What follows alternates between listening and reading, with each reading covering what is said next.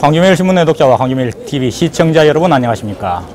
더불어 사는 광주, 더불어 행복한 시민을 캐치프레이즈로 내걸고 광주시정을 이끌고 있는 윤장현 시장을 이야기할 때 빠지지 않고 거론되는 것이 훈훈한 인간미입니다.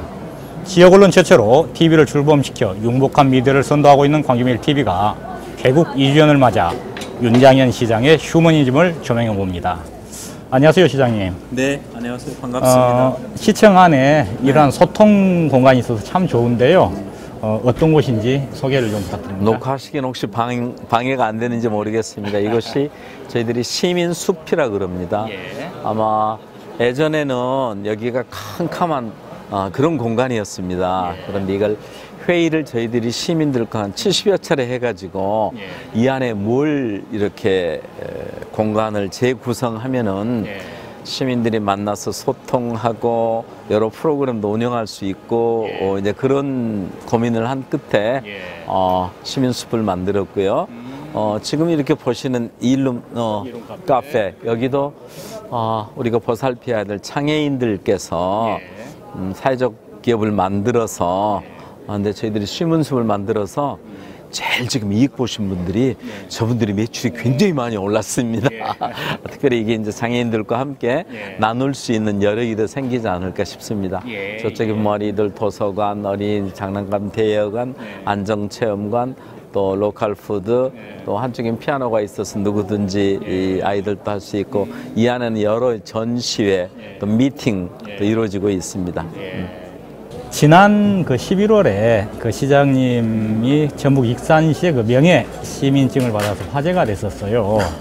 무슨 사연이 좀 있었던가요? 11월 11일이 빼빼로데이인데요. 아, 그렇습니까? 네. 40년 전에 제가 지금 화정동에 있는 통합병원에서 전방 1년 근무를 끝내고 2년차 군의관 대위. 저도 그때는 싱싱한 대위였습니다. 대위였었는데 그때 제가 근무를 하면서 저녁에는 항상 중환자실에서 잤어요. 가장 상태 안전 환자 옆에 잠자리를 놓고 그 환자를 케어하겠다. 그때 마침 그 일에서 폭발 사고가 났다는 게 나중에 보니까 일 안 하고 축구대회였었는데요. 그 배나라 그렇죠, 밑에 속보가 떠서 그걸 보고 병원장님께 허락을 얻어서 거기를 출동을 해야 됐으면 좋겠다는 병원장님이 연락이 안 되시더라고요. 그래서 아무래도 안 되겠길래 근무 아닌 간호장교 그리고 위생병들에게 청을 해서 야, 우리 익산으로 가자. 그 당시에는 2일이었죠. 근데 그때 2일이는 사실은 국도 1호선이 포장도 안 돼 있었고 1위는 지금은 원광대학병원, 대학병원도 있고 전북의대병원도 있고 그렇지만 그때는 종합병원도 없었던 상태여서 그때 43명이 세상을 떴고 2,000여 명의 부상자가 생겼었거든요. 그래서 첫날 가서 그 대량 환자를 밤을 콕박 새면서 진료했었습니다. 그게 이제 계기가 돼서 그해 추운 겨울에 3개월 동안 거기서 텐트 치고 진료소를 운영했던 일이 40년 전 일인데 어떻게 이번에 익산에서 그 40주년 그 추모식을 하면서 제 전과가 조회됐었나 봐요. 그래서 저에게 익산 명예 시민이 주어져서 그 일을 보면서 문득 그 세월호 생각이 납니다. 그래서 정말 그런 일이 있을 때 국민의 생명과 안전을 가장 지켜야 될 정부 또 지방정부까지를 포함해서 시스템이 어떻게 작동되느냐 그래서 리더 판단력 그리고 거기에 대해서 그 골든타임을 놓치지 않고 어떻게 하냐는 문제는 두고두고 제가 지금 시정을 운영하면서도 늘 생명 존중, 사람 중심이라는 화두를 놓지 않는 큰 학습의 스토리이기도 합니다. 윤 시장님은 민선 6기 그 취임 첫 결재로 중증 장애인 24시간 그 활동 보조 사업을 시행하면서 전국에서 처음으로 그 발달 장애인 종합 지원 계획을 수립해서 이렇게 큰 그 관심을 끌었었어요. 장애인들에 대한 이렇게 관심을 쏟는 특별한 이유가 좀 있습니까? 뭐 저희 집안에 장애인이 있는 건 아닌데요. 제가 이제 밖에 시민운동 활동할 때 장애우 권익문제연구소라는 쪽에 예. 일들을 고문 역할하면서 함께 했었는데 그때 굉장히 아픈 느낌이 있어요. 예. 그 류케릭병 같은 중증 근육 장애인들은 예. 생명이 유한돼 있습니다. 예. 예. 점점 이렇게 신경이 마비돼서 예. 호흡할 수 없게 되면 세상을 뜨게 되는 거죠. 근데 그런 분들에게 국가는 8시간만 이렇게 간병인을 붙여주고 있어요. 그러면 전부 기도 삽관된 이런 상태, 열린 상태에서 그 석션 하면서 이렇게 살아가야 되는데 남은 16시간은 그들은 이제 방치된 상태이죠. 그래서 국가가 이 일을 책임 못 진다면 지방 정부가 예산을 투입해서라도 마지막 생을 끝날 때까지 이런 분들의 인간의 존엄을 지켜주는 것이 맞다. 그래서 이제 첫 결제를 그걸로 했는데 후폭풍이 있었어요. 지난 박근혜 정부에서 야 국가가 시키는 일만 하지 왜 너네들은 다른 시도에서 하지 않는 일들을 하느냐. 그러면 니네들 페널티를 주겠다 예산으로. 그래서 제가 우리 담당 국장이 그 이야기를 우리 그 페널티 받더라도 단 한 사람의 생명이라도 우리 놓치지 말자. 그렇게 갔던 거고요. 최근에 이제 굉장히 텔레비전 화면에 한두 달 전에 굉장히 안타까웠던 게 서울의 어느 구에서 장애인 학교를 지으려 그러니까 못 짓게 하고 그 학부모들에게 우리에게 침을 뱉어도 우리를 밟고 지나가도 좋으니까 큰절을 하면서 우리 아이들 공부할 기회를 주십시오. 이런 일이 있지 않습니까? 너무 아픈 일이죠. 그래서 발달장애인 지원센터를 저희가 보란 듯이 상무지구에 세웠습니다. 네. 그래서 그때도 우리 김영주 고용노동부 장관이 오셔서 야, 광주는 정말 다르다. 다른 데는 학교 하나 세우는데도 못 가게 하는데 그리고 원래 있던 학교 있지 않습니까? 거기는. 그렇죠. 그래서 저는 발달장애인 지원센터 그리고 그 인권옹호 기관 이런 것들 전부 도심 안에 있어야 장애인들이 접근이 아주 용이하거든요. 다행히 우리 시민들의 그런 열린 생각, 또 우리 공직자들의 현장 중심의 이런 행정이 그런 쪽으로 결과가 다 다가서게 된 것 같습니다. 네. 가끔 언론에 이렇게 노출되는 그 시장님의 사진을 보면은 무릎을 꿇고 이렇게 큰 절을 올린 뒤 이렇게 자연스럽게 또 이렇게 경청하는 모습이 눈에 좀 띄어요. 이유가 좀 뭔가요? 무슨 이유가 있어서보다도 가령 이렇게 이제 그 장애인들이 침대채 이동할 수밖에 없습니다. 그러면 그 눈높이를 맞추려면 제가 큰 키가 결코 아니지만은 맞지가 않죠. 다행히 제가 무릎을 꿇어야 그분과 눈높이를 맞출 수 있어서 그런 거고요. 제가 큰절 크게 기억이 나는 게 두 가지인데요.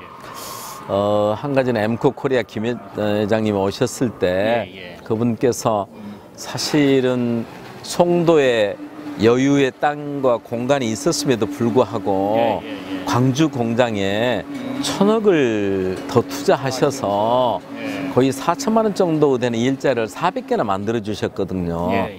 근데 그분께 저는 보답할 길이 없는 겁니다. 그래서 제가 접견실에서 정말 무릎을 꿇고 청년들 또 부모들의 마음을 모아서 큰절을 한번 깊숙이 드린 적이 있고요. 얼마 전에 아까 말씀하셨던 발달 장애인을 둔 부모님들 그분들을 위로하는 행사가 한번 있었어요. 장애인 그 복지관에서 정말 그분들을 뵈면은요 그 어머님 한 분들은 성인 성녀 같아요. 네, 그래서 제가 그분들한테 해드릴 수 있는 데 없어서 정말 당신들 존경하고 사랑합니다 하는 표현으로 큰절을 올렸더니 또 학부모 회장님께서도 오셔서 맞절로 이렇게 받아주시더라고요. 그래서 한 가정에 그렇게 어려운 자녀이지만은 그걸 부모라는 이름 하나 때문에 그분들의 기도는 딱 한 가지거든요. 저 아이들이 세상에 뜨기 전까지는만 내가 살아있어야 된다. 그래서 그 아픔들을 우리 행정에서 잊지 않고 어디까지 더 도와야 될 것인지 항상 그 고민하고 지내죠. 그리고 저 시장님이 펼치시는 그 시정에서 눈에 띄는 부분이 그 비정규직 문제 해결을 꼽을 수가 있는데요. 여기에는 분명한 철학이 있는 것 같아요. 한번 이 자리를 빌어서 소개를 좀 해주시죠. 예전 같으면 양반상놈 이렇게 계급이 있었지 않습니까? 그런데 사실은 IMF 직후에 비정규직과 정규직, 또 원청과 하청 관계 이런 쪽에서 보면은 지금 사회적 불평등이 우리 사회의 가장 큰 문제입니다. 배고픈 것은 같이 참는데 배 아픈 것은 좀 사실 참아내기 힘들잖아요. 그래서 새로운 일자리도 중요하지만은 안정되고 노동의 신성과 존엄이 유지되는 일자리. 근데 그게 저는 비정규직을 정규직하는 일이라고 생각했고요.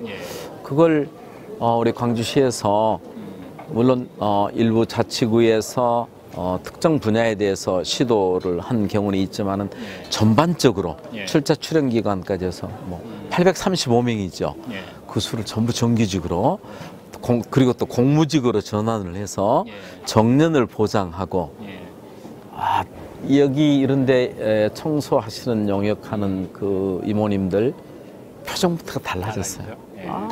굉장히 달라졌어요. 그리고 일반적으로 그런 염려를 합니다. 그렇게 되면 노조가 강해질 거다, 임금이 올라갈 거다, 아주 심각하게 더 세질 거다 그러는데 현실적으로는 전혀 그렇지 않습니다. 네. 그래서 사실 이 이제 문재인 정부에서도 제1의 목표 중에 하나가 불공정 해소와 이렇게 불평등의 해소 이런 걸 이야기하고 있지 않습니까? 쉽지 않아요. 비정규직, 정규직과 지금 인천공항공 낸 일도 빨리 잘 됐으면 좋겠는데 광주가 그 길을 그래도 먼저 민주의 성지답게 먼저 왔다는 게 참 자랑스럽습니다. 시장님께서는 오랫동안 그 양가 부모님을 모신다고 이렇게 알려져 있습니다. 그런 거 아닌가요? 핵가족 시대에 상당히 귀감이 되고 있는데요. 그 한번 소개를 한번 해주시죠. 저희가 모시는 것이 가장 잘 모시는 것인지 저희 애들 엄마하고 같이 고민합니다. 한 요양병원을 모시는 것이 더 잘 모셔지는 건 아닐까 주위에 물어보기도 하고 그러는데 저희 장인 어르신이 91년도에 돌아가셨어요. 그래서 그때부터 장모님을 저희 집에서 지내셨으니까 26년째 되셨고요. 그리고 나서는 이제 어머님 아버님은 바로 옆에 사셨는데 어머님이 2000년에 세상을 뜨셨으니까 그때부터 아버님까지 함께 이제 우리 함께 지내시니까 아버님하고 아버님 94세십니다. 장모님은 95세시고 두 분이 함께 사신 지는 17년 됐네요. 늘 이렇게 생각하게 되는 것이 이제 저희 집 식구가 늘 그래요. 여보, 우리도 25년, 30년 뒤면 저 모습입니다. 안타까운 것은 점점 정신이 좀 흐려져 가셔서요. 저희 장모님께서 아침에 어머니 잘 주무셨어? 그리고 인사하러 가면 어떨 때는 누구요? 또 이러실 때도 있고 어떨 때는 또 우리 대장 오랜만이요. 텔레비전 보고 인자 보내 인사하고.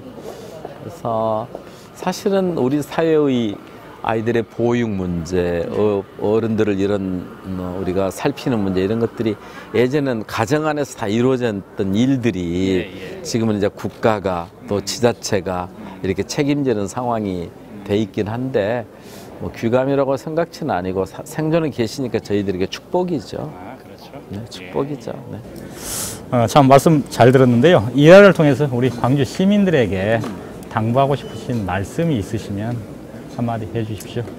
네, 늘 어려웠던 시기에도 우리들은 서로 손길을 놓지 않고 때로는 민주화를 위해서 때로는 우리 공동체를 위해서 함께 해주신 자랑스러운 시민들이십니다.